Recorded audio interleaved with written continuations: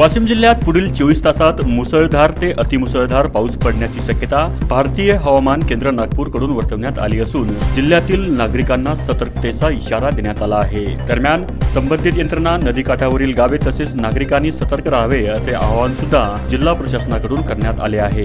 दरम्यान 31 ऑगस्टच्या रात्री 10 वाजेपासून वाशिम जिल्ह्यात पावसाची सततधार सुरू असून जिल्ह्यात अनेक ठिकाणी नदी नाल्यांना पूर आला आहे। मंगरुळपीर तालुक्यातील बोरवा खुर्द येथील नाल्याला पूर आल्याने शेतातून परत येणारे नागरिक नाल्याच्या पलीकडील काठावर अडकले आहेत, तर मानोरा तालुक्यातील इंजोरी येथील नाल्याला पूर आल्याने पुलावरून पाणी वाहत आहे, त्यामुळे मानोरा ते कारंजा या शहरांचा संपर्क तुटलेला आहे। अतिमुसळधार पावसामुळे वाशिम जिल्ह्यातील कवठळ येथील सोयाबीन पीक पाण्याखाली गेले आहे। पाहत रहा वत्स गुलमला हिव, आपली संस्कृती आपला वसा।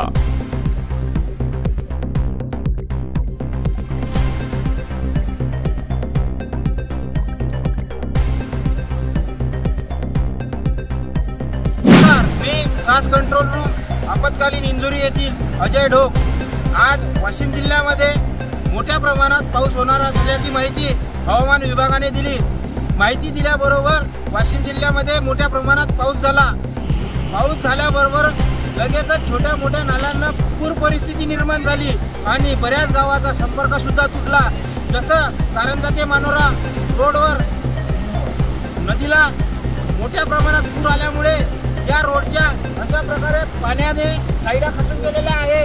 या साईडा आपल्याला पाण्यामध्ये दिसत नाही आणि आपण वाहन घेऊन जाण्याचा धाडस करतो। असे धाडस केल्यास आपला कदाचित त्या पाण्यामध्ये वाहूनही जाऊ शकतो।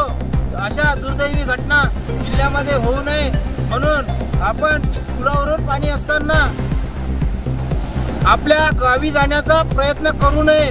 पुलावरून पाणी उतरल्यानंतरच प्रवास करूया आणि पुलाच्या कुठल्याही प्रकारच्या साईडा खचल्या नसल्याची माहिती परिपूर्ण घेतल्यानंतरच आपले वाहन त्या पुलावरून काढावे ही विनंती। श्वास कंट्रोल रूम इंजोरी अजय ढोक।